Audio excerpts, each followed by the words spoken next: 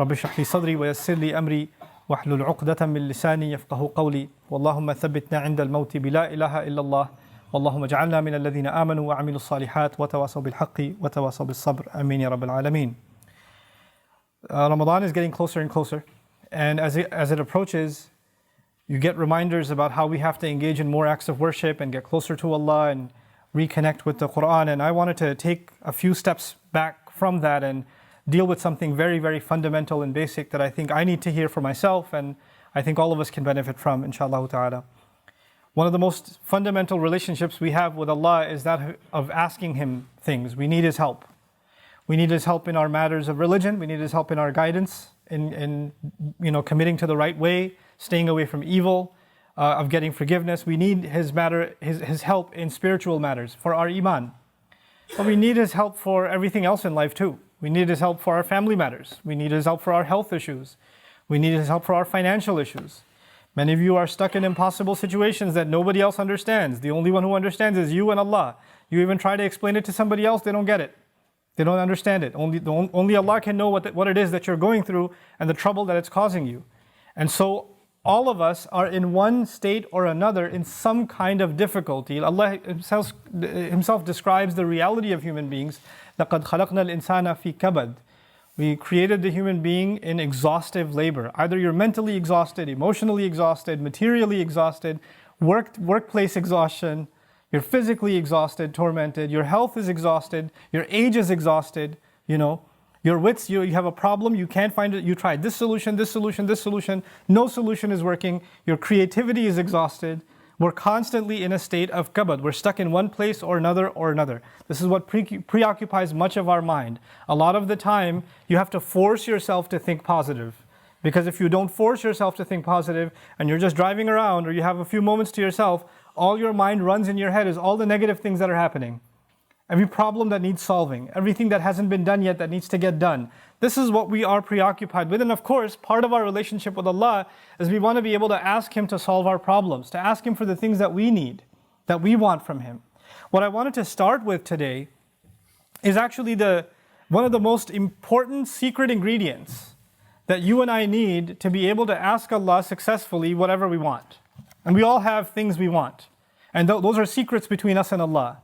But if you're really going to be able to ask in a way that you're truly hopeful that Allah Azza wa Jal will respond to what you're asking for, there are some things that have to be in place. And one of the most important things that the Quran keeps highlighting that has to be in place is that you and I have to ask Allah to forgive us first. You have to ask Him to forgive us first. Before you ask Him anything else that you want or I want, we need to be able to genuinely ask Allah to forgive us. And I'm saying today, people ask, which dua can I make for forgiveness? Or what are the best words I can say for this dua? Or people have duas for separate occasions. So when a woman is expecting, she'll email me or she'll come up to me and say, look, I'm going to have a baby, which dua can I make right now? Or somebody will say, I'm going for a job interview, which dua can I make right now? Right? It was always this, give me the special dua for the special occasion. Let me tell you, those words are important because they're sacred and they're revealed. But the dua for all occasions is actually seeking Allah's forgiveness. The dua to open up all of your problems, get rid of all of your problems, the one dua that takes care of everything is genuinely seeking Allah's forgiveness. Nuh alayhi salam invites his people, for over 9 centuries. He's doing constant da'wah to them. And at the end of that career, he looks back and he summarizes the message that he was trying to give them. Of course, he didn't have one speech with them. He didn't talk to them once or twice. Laylan wa nahara, da'awtu qawmi laylan wa nahara. Night and day. He didn't even take nights off. He's constantly inviting them. And in a surah dedicated to his name, Surah Nuh, the surah of Nuh alayhi salam, he himself summarizes the entire message he was giving his people this whole time. What is it that I want from you? إِنِّي كُلَّمَا دَعَوْتُهُمْ لِتَغْفِرَ لَهُمْ. Every time I was inviting them, I was only inviting them, calling them to this faith, so you could forgive them, Ya Rabb. So you could forgive them. And then literally he says, here's how I invited them. This is what I exactly said to them over and over and over again. قُلْت, I said, استغفروا ربكم. Seek forgiveness of your master. إِنَّهُ كَانَ غَفَّارًا. I'll come back to this part later. إِنَّهُ كَانَ غَفَّارًا. Certainly Allah is someone who keeps on forgiving and keeps on forgiving and keeps on forgiving. And He does it repeatedly. But what He says after that is so remarkable. He said, you people, and I need you to understand who he's talking to. He's talking to one of the worst nations in history. Nuh alayhi salam is described as one of the worst nations of all the nations. Places like Surah Al-Qamar, where Allah describes different nations, or even Surah Al-Dhariyat, Allah describes different nations of the past that rebelled against Allah, that rebelled against the prophets and were destroyed. When he gets to Nuh alayhi salam's nation, what does he say? وَقَوْمَ نُوحٍ مِّن قَبْلِ إِنَّهُمْ كَانُوا هُمْ أَظْلَمَ وَأَطْغَى. The nation of Nuh from much before, they certainly were more wrongdoing and more rebellious than everyone else. Like, he has the worst condemnation of the people of Nuh. It makes sense. They had a messenger not for one generation like every other prophet. They had a prophet, 3 generations, 4 generations every century. Every 2 decades there's a new generation of kids that have grown up. And he's seen that century after century after century after century. He's seen 40, 50 generations of people. And they've all rejected him. And he's making the same invitation to all of them. So the reason I brought this up is for a purpose. He's talking to very, very bad people. He's talking to the worst of the worst. What offer does he make to them? He says, "Istaghfiru rabbakum." Seek forgiveness of your master. Innahu kana ghaffara. He keeps on forgiving over and over and over again. You guys have been messing up over and over again. Allah keeps forgiving over and over again. But his offer doesn't stop there. He says, يُرْسِلِ السَّمَاءَ عَلَيْكُمْ مِدْرَارًا. Yursili. It's actually Jawab al-Amr here. What that means is, if you seek His forgiveness, then Allah will open up the sky for you and it'll start pouring on you. Now that could be a reference to rain. That could be a reference to rain. And ironically, it's not a reference that you will get flooded. They did get flooded, right? They did get flooded, but Allah is talking about a different kind of rain now. If you seek forgiveness, that same rain that destroyed them will be the rain that brings them life. They didn't pray for rain. They didn't ask for rain. And Allah just asked them to make dua to be forgiven.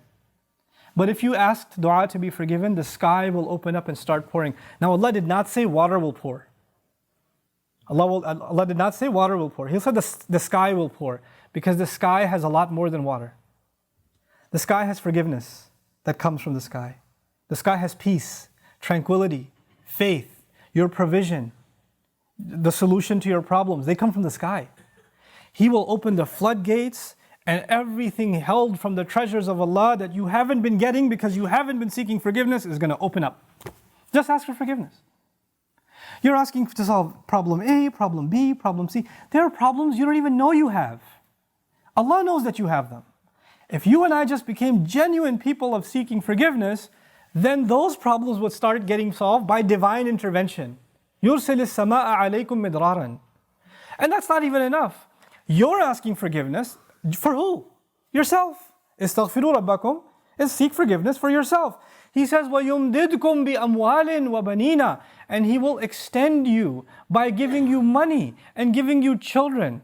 He will further your good legacy with money and kids. It's not even money that will lead you away from Allah, because it's in the context of you seeking forgiveness. He'll give you good money that will lead to you doing more good and benefit you in this worldly sense and in the akhirah sense. And He'll give you good children that will give you goodness while they're alive. They will respect you, show you love, obey you, make you proud. They will give you happiness when they're alive. And even when you're gone, they'll continue to do good deeds that become a continuous investment for you after you're in your grave. Allah will give you all of these things. By the way, this is the same 2 words, money and children. Later on, وَإِنَّهُمْ عَصَوْنِي وَاتَّبَعُوا مَنْ لَمْ يَزِدْهُ مَالُهُ وَوَلَدُهُ إِلَّا خَسَارًا. They disobeyed me, and they only follow the people whose money and his kids do nothing but cause them more loss. Money and kids are a means of loss. But when money and kids come from Allah, after you seek forgiveness, they become gain. See, it's the same money and kids. It's the same money and kids. The only difference is now they have the blessing of Allah's forgiveness on top of them. It's like they were contaminated until Allah purified them with His forgiveness. Istaghfiru rabbakum. And look, seek Allah's forgiveness. What doesn't open up? The sky opens up in ways you can't imagine. Guidance opens up for you. Understanding opens up to you. Your personal internal problems start going away. You know, anger, for example. Anger is a very hard thing to get rid of. Some people live a miserable life because they can't get rid of their anger. Something is eating inside of them and they're just not able to fight it. So much so that they recognize, I cannot get rid of my anger. And I bet Allah will not forgive me because I'm such an angry person. I'm not able to forgive. Sahaba were really angry at the occasion of Hudaybiyah. What did Allah say about the removal of anger?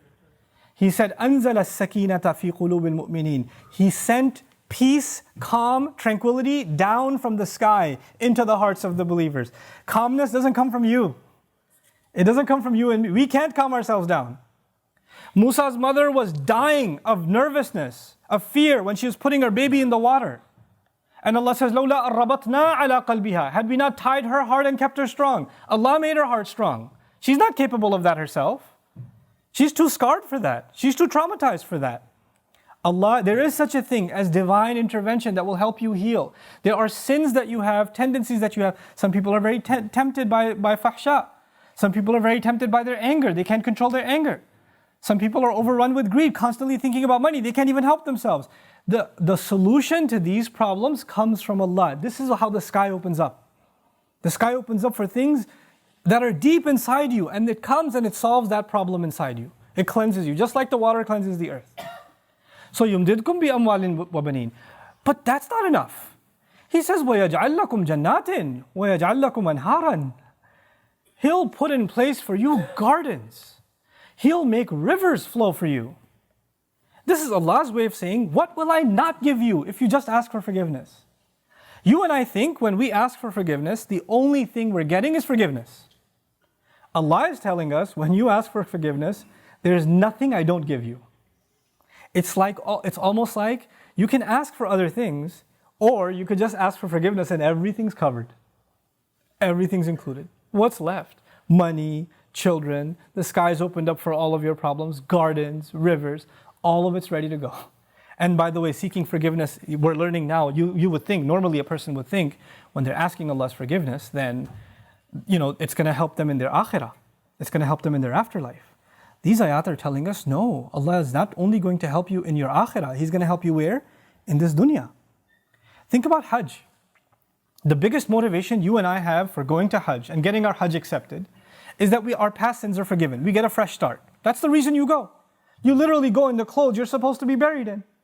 Even in Hajj itself, when we're going to make the march, ثُمَّ أَفِيضُوا مِنْ حَيْثُ أَفَاضَ النَّاسِ وَاسْتَغْفِرُوا اللَّهِ. Go where people go, follow the people, follow the crowd, and seek Allah's forgiveness. Pour in and seek Allah's forgiveness. The essence of Hajj is seeking forgiveness. That's the purpose of it. That's the fundamental goal of it. And even in that, at the occasion of Hajj, what do we ask Allah? رَبَّنَا آتِنَا فِي الدُّنْيَا حَسَنَةً وَفِي الْآخِرَةِ حَسَنَةً. Every tawaf. Same dua, the dua from Quran that describes what you should do at Hajj. وَمِنْهُمْ مَنْ يَقُولُ رَبَّنَا آتِنَا فِي الدُّنْيا وَفِي الْآخِرَةِ رَبَّنَا آتِنَا فِي الدُّنْيَا حَسَنَةً وَفِي الْآخِرَةِ حَسَنَةً وَقِنَا عَذَابَ النَّارِ. Give us good in this life and the next life. In other words, give us the kind of good in this life that guarantees the good of the next life. There is such a thing. And you can get all of it when you and I are genuinely seeking forgiveness. Now, I've taken this much portion of the khutbah just to highlight the benefit, the purpose of you and I seeking forgiveness. But we still haven't gotten to how do you do it? Like, what do you do when you seek forgiveness? There's the artificial kind of seeking forgiveness, astaghfirullah, astaghfirullah, astaghfirullah, astaghfirullah, astaghfirullah, which for some people is so artificial, like Ali radiallahu anhu saw somebody doing it and said to him, your istighfar needs istighfar.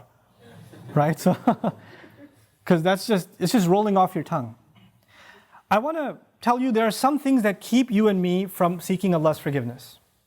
It has to do with expectation. Some people deep in their mind have internalized that I have done way too much messed up stuff. Allah probably doesn't like me very much. Some people even go as far as to say, I've heard them say, Allah hates me. Allah hates me. Allah doesn't like me.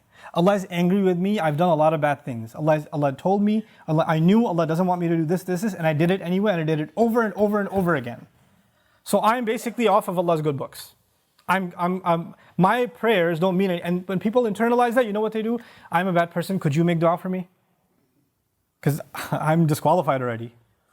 So you need to make dua for me. Because I'm hoping at least Allah will listen to you. Maybe I have a chance. Because there's no way He's going to listen to me. You seem to have a much better connection with Allah than I do. Let me take you back, short reminder. Who was the offer made to by Nuh alayhi salam? Did Nuh alayhi salam make this offer to people that spend their entire night in the masjid and go to Hajj every year and fast and do? Nuh alayhi salam was making this offer to one of the most rebellious nations on earth. Continuously rebellious. And he said, if you can just come ask forgiveness, not only will Allah give you forgiveness, He'll open up the world for you. In other words, you don't get to write yourself off.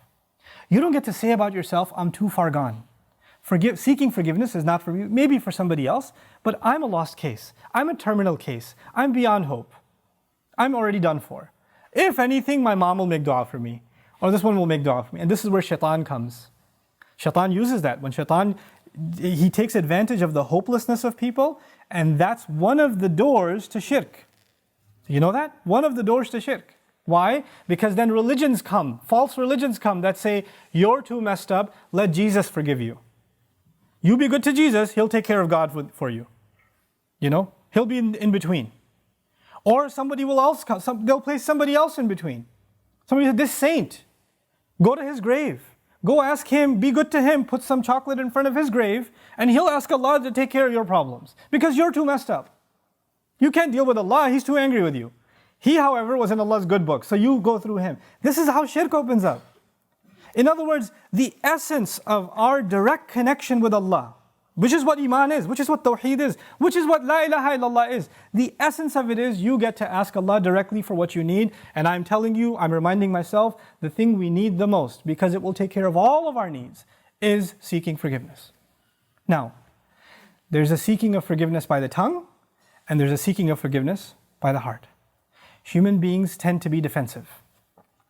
If I criticize you for something, hey, I saw you said that. Why did you say that? I didn't mean it like that. You don't understand what I was going through. Excuse me. You don't even understand the whole story. Hey, I noticed that you did this. You get defensive immediately. بَلِ الْإِنسَانُ عَلَى نَفْسِهِ بَصِيرَةٌ وَلَوْ أَلْقَى مَعَاذِيرَهُ. Human beings have good view of themselves, but they make lots of excuses. They keep throwing excuses. If you're going to seek Allah's forgiveness, you have to find a time. And it doesn't matter if you don't know Arabic, and you only know Punjabi, and you only know Bangla, or Bahasa, or English, or it doesn't matter. You speak to Allah, and you genuinely admit to Him what you've done wrong, and don't make excuses. It's really hard to do that. Because even when you stand in the mirror, you lie to yourself. You tell yourself, I'm not that bad. I have reasons for what I did. I have justification. I've been through a lot. But when you're going to come in front of Allah, you have to forget about justifying, because all of your justifications, He knows them already. He knows what you were going through. He knew it was a tough time. He knew that this was overwhelming you, that was overwhelming you. I was under a lot of stress, Ya Rab, that's why I drank. Don't give Him the reasons. He knows your reasons better than you do. You need to come to Him openly, without any filters, without any hesitation, with no guard, with no shame. Like you're embarrassed to even admit this to anyone, but until you completely, openly admit to Allah how messed up you've been and how you've messed up, completely openly. And as you do it, let me tell you, as you start verbalizing those things, I would be hard pressed to think tears are not going to roll down your eyes. It's impossible for a human being to open up so vulnerable before Allah, before anyone, and especially Allah, to open up so much and then not believe, not have tears roll down their eyes, because it's a moment of weakness. To the world, you have to show yourself as strong and confident and you're just fine. Everybody sees you and thinks everything's okay. But the only one who gets to know nothing is okay, there's a lot of problems, is Allah. And you have to open up to Him completely, and then you're going to be in a position to ask for forgiveness. Then you get to beg in sajda. Then it turns into something else. Then it's not just astaghfirullah, astaghfirullah, astaghfirullah. It's a real conversation with Allah. It's a real confession with Allah Azza wa Jal. That's a powerful, powerful thing. Try it for yourself. You have to find time alone to yourself. You have to make sure nobody else is listening. You can't even do it in the middle of the night. You get up from the bed, the wife is still in bed, you sit on the side of the bed, Ya Allah, forgive me, and she's listening. You can't do that. Be in the car by yourself. Doesn't matter. Be somewhere alone. This is just your time with Allah. Your alone time with Allah. And verbalize it. Hear yourself say it. There's one thing to just whisper it. And if you're just going to memorize a bunch of du'as in Arabic and you don't even know what they mean, and just recite them, If you're going to keep doing that, and those du'as are beautiful, they're powerful, but if your heart isn't speaking them, your tongue is speaking them, then you're not seeking istighfar yet. May Allah reward you for the dhikr that you're doing, for every harf that you're reciting, but that's not istighfar. Istighfar is something else. And when these tears come down, when this starts opening up, then the sky opens up. That's when that opens up. There's a connection between those two things. The last thing I want to share with you, just having hope with Allah. And for some people, it's very hard to accept that Allah will actually listen. They've been going through a problem for a long time, and they start assuming Allah is not listening, Allah doesn't care. What's the point of making dua anyway? The first thing is, the greatest gift you will ever get from Allah. You know what it is? It's forgiveness. That's the greatest gift you'll ever get, whether you realize its price or not. Everything else that Allah says He will give you is an added benefit. Everything else. Now, let me give you an example. I have kids. Let's say one of my kids made me very upset. He did something wrong. I got very angry. You should not have done that. You should not have spoken like that. I can't believe you did that. And I scold him. Now that I scold him, he goes home, he goes back, and he was drawing something for me. He was making me a card. Abba, I love you. And here's a house I drew or something. He drew something beautiful for me. And when he drew it for me, who's he supposed to give it to? He's supposed to give it to me. But he crumpled it up and threw it in the garbage. And before he threw it in the garbage, his other brother asked him, hey, why didn't you give it to Abba? Why did you throw it away?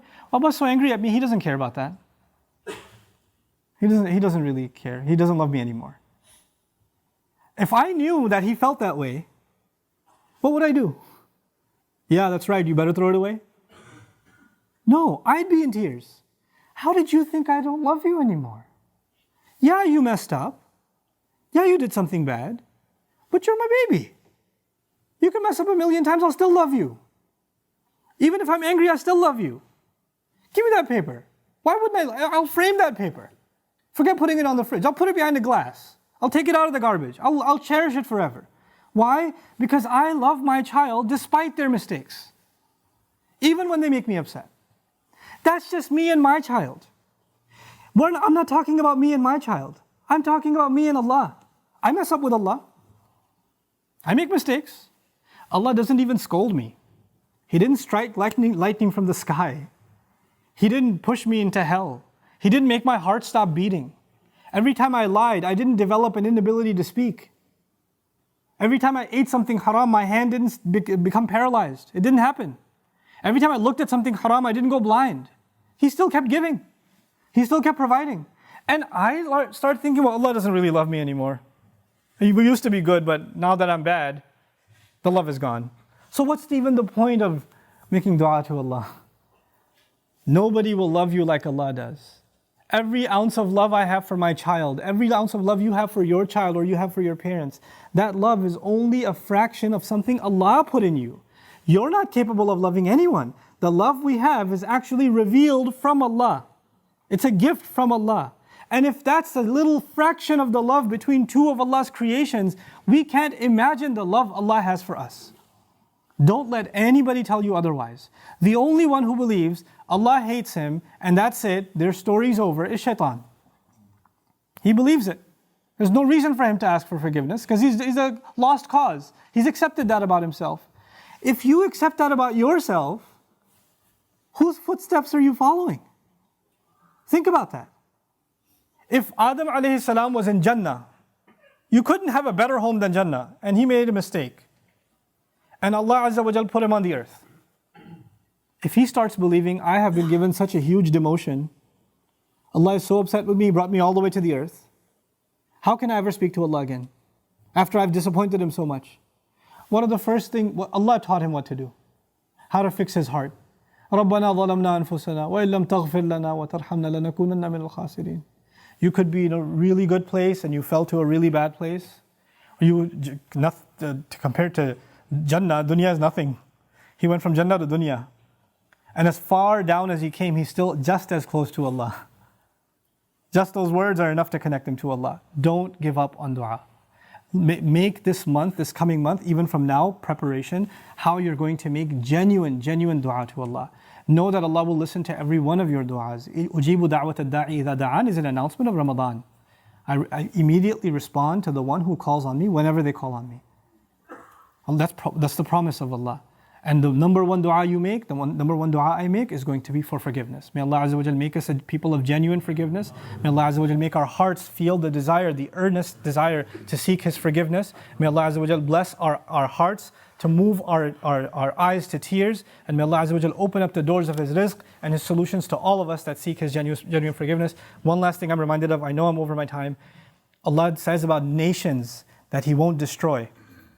You know, there are nations that deserve to be destroyed, and Allah wouldn't destroy them. You know why? Because among them there are people who still seek forgiveness.